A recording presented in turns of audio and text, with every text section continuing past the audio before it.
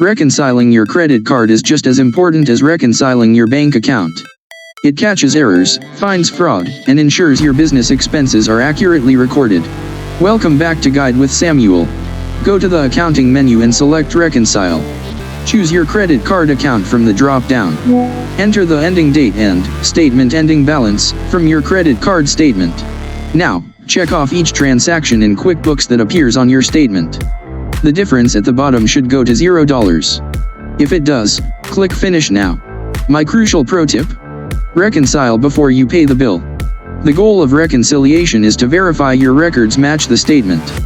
Do this verification step first.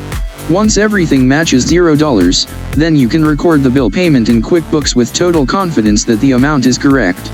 Turn a dreaded chore into a simple monthly confidence check. Do you reconcile credit cards monthly, or let them slide? For more peace of mind bookkeeping guides, subscribe. Thanks for watching. I'm Samuel, and I'll see you in the next video.